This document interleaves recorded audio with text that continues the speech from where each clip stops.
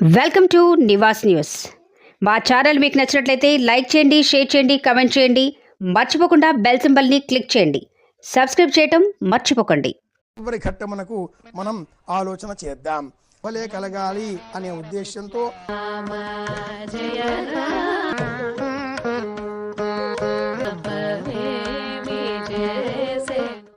ఒకరికి ఎదురుగా ఒకరిని కూర్చుండజేశారు అర్చక సీతారాములకు కొంత వియోగం సంభవించి ఉంటారు.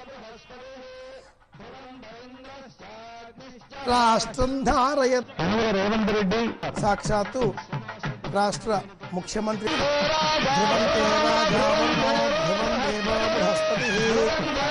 భట్ట స్వరూపానికి ప్రతీకాత్మకంగా నిలకడాలను ఉంచి అందరికీ ప్రశ్నింపజేస్తూ ఉంటారు.